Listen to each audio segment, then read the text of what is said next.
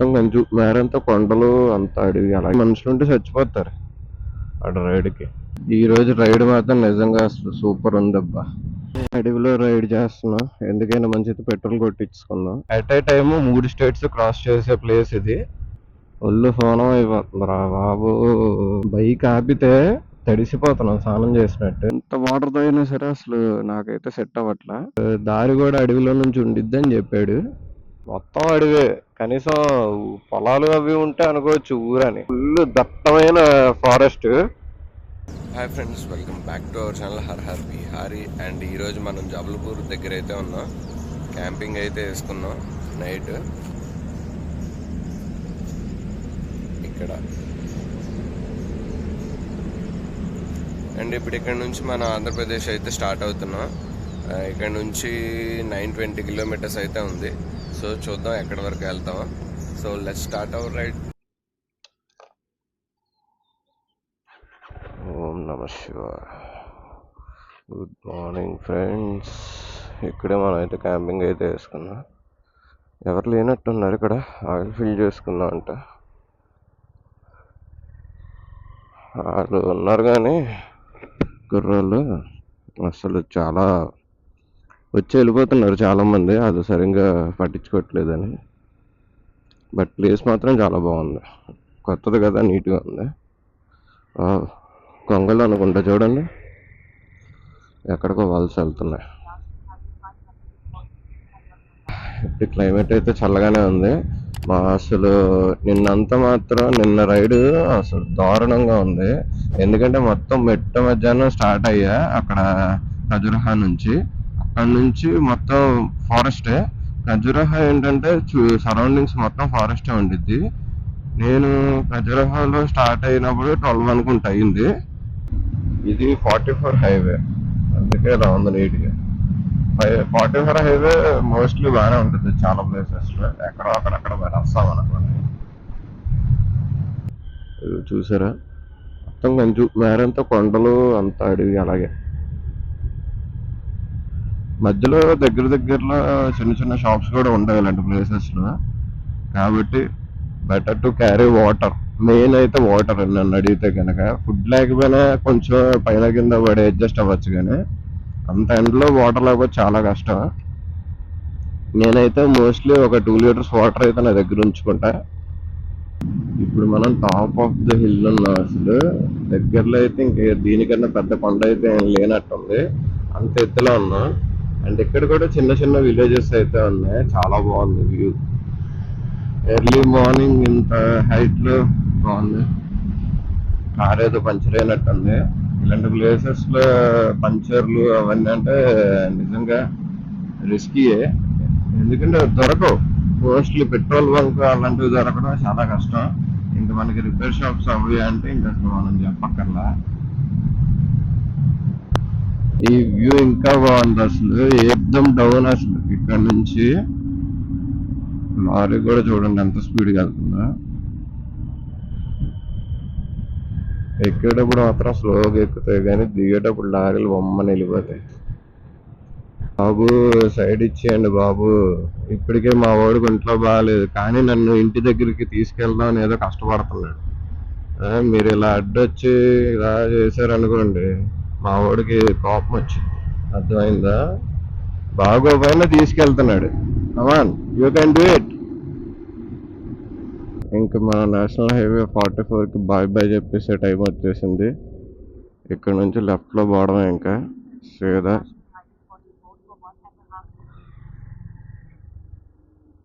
Varma travels అంట. భయంకరంగా ride చేస్తున్నాడే బాబోయ్. వెనకాల మళ్ళీ ఫుల్ ఫాగ్ ఒకటి. లోపల ఎవరైనా మనుషులు ఉంటే చచ్చిపోతారు అటు రైడ్కి. అసలు ఇంకా ఇలా రైడ్ చేస్తున్నాడు.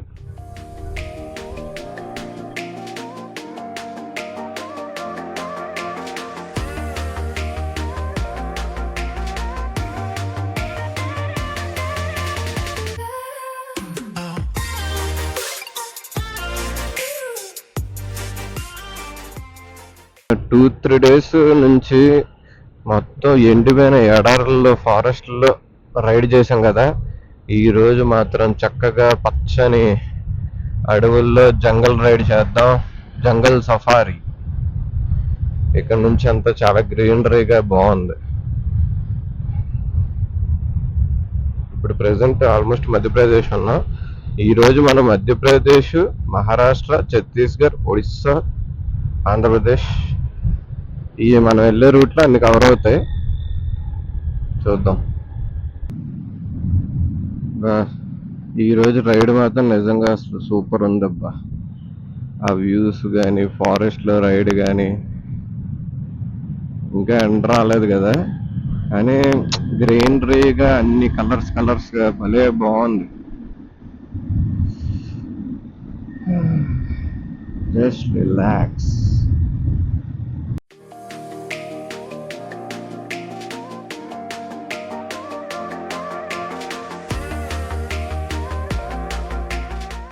అసలు భలే ఉంది. అడవుల మధ్యలో నుంచి తేనె పొట్లు అబ్బా. ఆ చెట్టు నిండా తేనె పొట్లే చూసారా?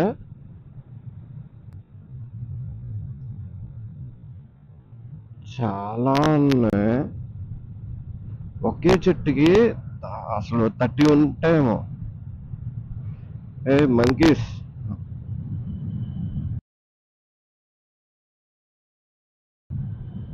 ఇవి బ్లాక్ హెడ్ మంకీస్. ఇవి మధ్యప్రదేశ్కి వచ్చిన తర్వాత బ్లాక్ హెడెడ్ మంకీస్ ఎక్కువ కనపడుతున్నాయి. అడవిలో రైడ్ చేస్తున్నాం, ఎందుకైనా మంచిది పెట్రోల్ కొట్టించుకుందాం. ఇంకా ఉంటుంది బైక్లో ఒక అరౌండ్ 5 లీటర్స్ అలాగా. బట్ రిస్క్ తీసుకోవడం ఎందుకని పెట్రోల్ కొట్టించేస్తున్నా.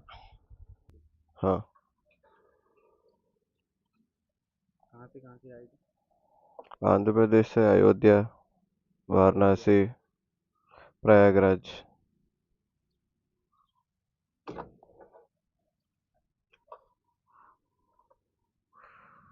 జబల్పూర్ సే ఆ రహా.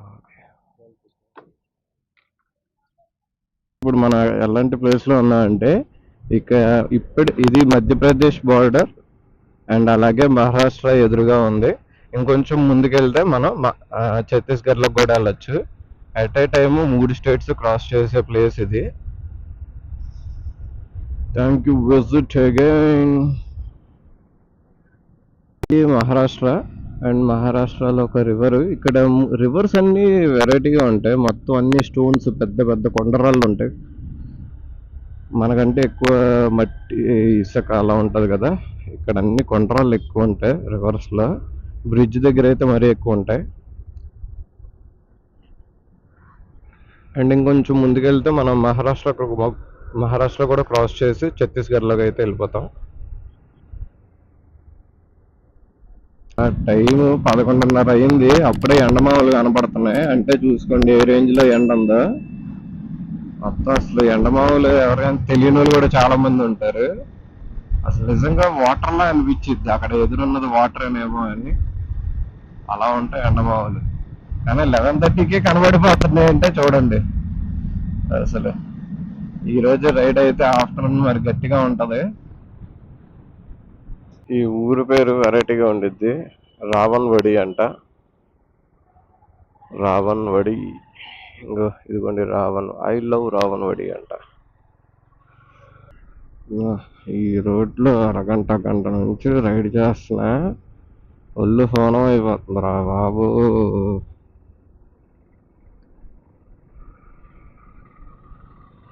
వైజాగ్ రిటర్న్ వస్తే ఇంక ఇలాగే ఉంటాయి మనం ఉన్న ప్లేసెస్ లో. మోస్ట్లీ ఈ అడవుల్లో నుంచి, చిత్ర రోడ్ల నుంచి పిచ్చెక్కిపోద్ది బాబు. Okay by.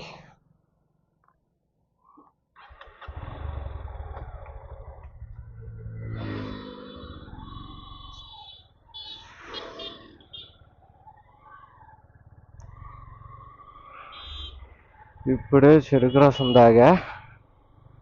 20 రూపీస్ అంట. అది మరి చిన్న గ్లాస్లో ఉంది అది. But okay. ఇక్కడ వీళ్ళు ఏంటంటే ప్రతి దాంట్లోనూ లెమన్ సోడా తాగినా, చెరుకు రసం తాగినా, ఏం తాగినా సరే దాన్ని ఏమంటారు, మసాలా ఉంటుంది కదా, చాట్ మసాలా లాంటిది సంథింగ్ అదేదో వేస్తారు. ఏదో డిఫరెంట్గా ఉండిద్ది టేస్ట్, పుల్ల పుల్లగా ఉప్పగా.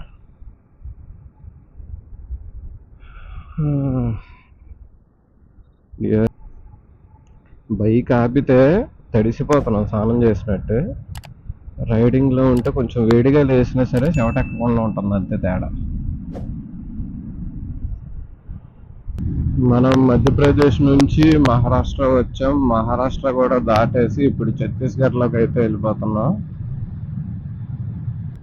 మనం అయోధ్య రైడ్ స్టార్ట్ చేసిన తర్వాత ముచ్చటగా 3000 కిలోమీటర్లు అయితే తిరిగాం.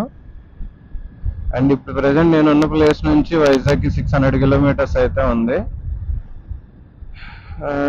సో నేనైతే ఆల్రెడీ మధ్యాహ్నం అయిపోయింది కాబట్టి జగదల్పూర్ వెళ్దాం అనుకుంటున్నా. సో జగదల్పూర్ వెళ్ళి అక్కడ నుంచి రేపు మార్నింగ్ అయితే వైజాగ్ వచ్చేస్తాను. కానీ ఎండ మాత్రం భయంకరంగా ఉందబ్బా. నాకైతే ప్రెసెంట్ కంప్లీట్గా డిహైడ్రేట్ అయిపోయాను. కంప్లీట్గా అన్నానంటే ఇంకా అర్థం చేసుకోండి, ఎంత వాటర్ తాగినా సరే అసలు నాకైతే సెట్ అవ్వట్లా. నిజం చెప్పాలంటే నా దగ్గర గ్లూకోజ్ అలాంటివన్నీ ఉన్నాయి. సో అవన్నీ వేసి ఏదో మేనేజ్ చేస్తున్నా, కానీ మామూలుగా లేదు అసలు. వేరే డైరెక్షన్ తీసుకుంటున్నాను జగదల్పూర్ వెళ్ళడానికి. మరి ఇంక ఈ రోడ్డు ఎలా ఉంటుందో మనకు ఐడియా లేదు, కానీ హోప్ బెస్ట్.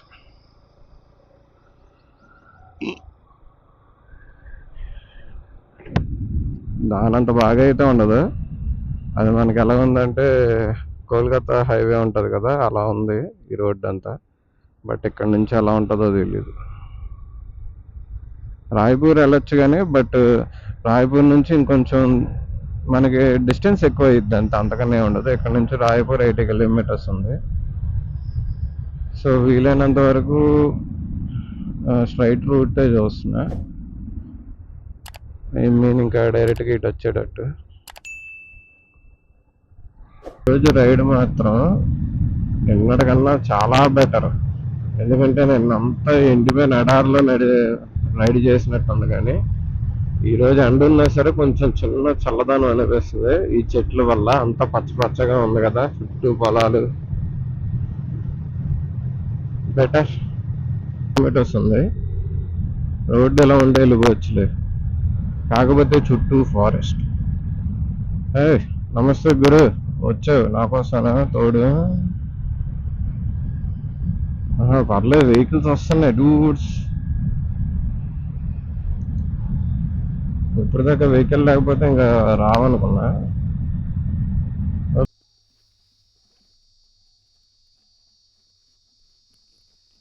చాలా వేడిగా ఉంది.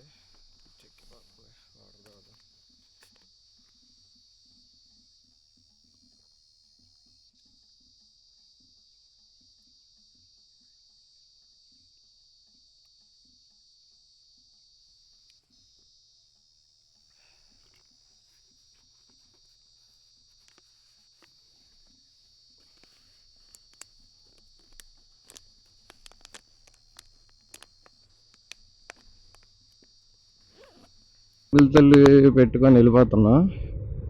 ఎయిర్టెల్ ఇక్కడ సిగ్నల్ లేదు, మొత్తం బుస్ అయిపోయింది. అరే యార్, ఏంటి भैया जगदलपुर कहाँ से जाना है? हाँ, जरामा चरामा. हाँ ठीक है, थैंक यू.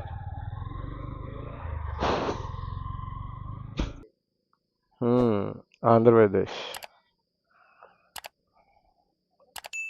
ओके. अकेले जाते अभी कहाँ गए थे? अभी बहुत प्लेसेस गया था. Bye bye.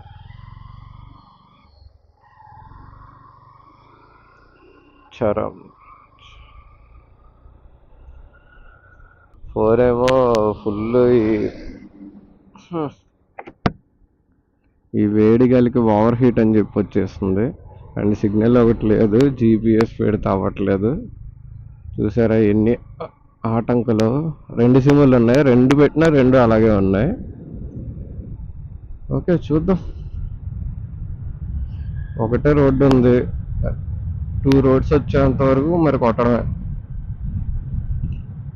ఏందిరా బాబు ఈ రూట్లు, ఫోన్ ఉండి ఛార్జింగ్ ఉండి ఇవన్నీ ఉండి కూడా పని అవ్వట్లేదు.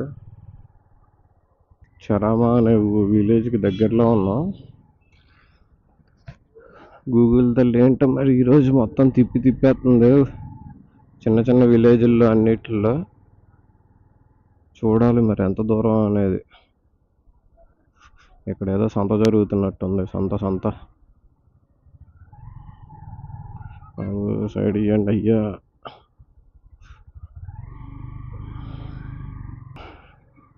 ఇప్పుడే ఒక అతను అడిగితే జగదల్పూర్ అంటే చాలా దూరం అండ్ దారి కూడా అడవిలో నుంచి ఉండిద్దని చెప్పాడు. అది మరి ఇంకా అది క్రాస్ చేయలేకపోతే కనుక మరి మనం అడవిలో క్యాంపింగ్ వేయాలా, మంచి ప్లేస్ చూసుకొని. చూద్దాం ఏం జరిగిద్దో. అది అలా ఏదో తోటల్లోకి తీసుకొచ్చేసింది. నాకు డౌటే ఈరోజు ఏదో తేడా కొట్టింది. వాట్ ఈస్ దిస్ అమ్మా, లైట్ ఫెయిల్ అయిపోతుంది. ఎంత దూరం రా బాబు. గూగుల్ తల్లి నమ్ముకుంటే ఇంక ఇలాగే అవుతాయి. నాకు చాలాసార్లు ఎక్స్పీరియన్స్ వచ్చింది అనుకో, కానీ మరి ఎప్పటికప్పుడు అదే కొత్త కదా. అందుకు నాకు అన్నీ ఎదురొస్తున్నాయి కానీ ఏదో ఒక వాళ్ళు ఇటు నుంచి అటు వెళ్ళే వాళ్ళు అయితే ఎవరు కనబడట్లా.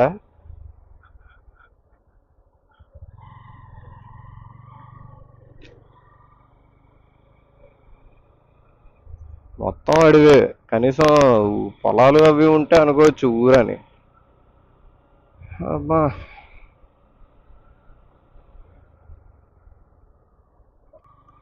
చిన్న రోడ్డు ఏదో వచ్చిందమ్మా. కనీసం ఈ మాత్రమైన రోడ్డు వెళ్ళకున్నా చాలు. నేను ఇంకే పొలాల్లో తీసుకెళ్ళి వదిలేస్తుందని అని అనుకున్నా.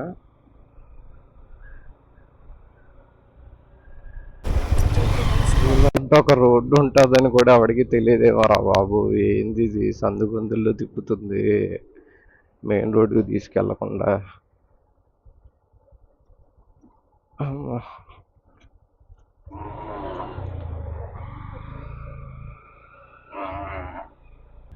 టైం అయితే 6:30 అయింది. ఇంకా ఫారెస్ట్లోనే ఉన్నా. దగ్గరలో ఒక 100 కిలోమీటర్స్లో అయితే ఒక ఊరుంది, చూడాలి. జగదల్పూర్ అయితే 150 కిలోమీటర్స్ ఉంది. మేబీ ఒక 50 కిలోమీటర్స్లో ఏదైనా చిన్న ఊరు లాంటిది ఏదైనా వస్తే క్యాంపింగ్ అయితే వేసుకోవచ్చు.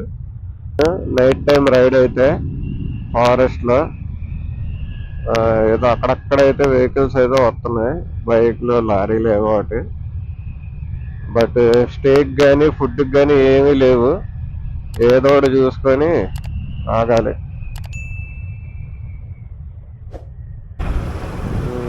చిన్న విలేజ్ అయితే వచ్చింది. ఫుడ్ ఏమైనా దొరికిద్దేమో చూద్దామా. ఇక్కడ ఏదో డాబా ఉంది, ఆగుదాం.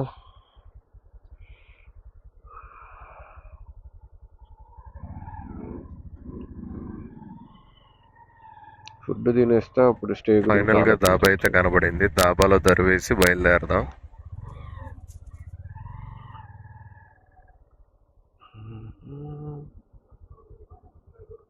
తందూర్ రోటీ అండ్ చనా మసాలా. ఇది సెకండ్ టైం తిన్నా, అందుకే పేరు అంత బాగా చెప్పా. తందూర్ రోటీ కానీ డిఫరెంట్గా ఉంది, ఒక్కొక్క చోట ఒక్కొక్కలాగా టేస్ట్. బట్ బాగానే ఉంది. ఇప్పుడు మనం క్యాంపింగ్ ఎక్కడ వేసుకోవాలో వెతుక్కోవాలి. మంచి ప్లేస్లో క్యాంపింగ్ వేసుకొని స్లీప్ వేస్తే రేపు మార్నింగ్ స్టార్ట్ అవ్వచ్చు.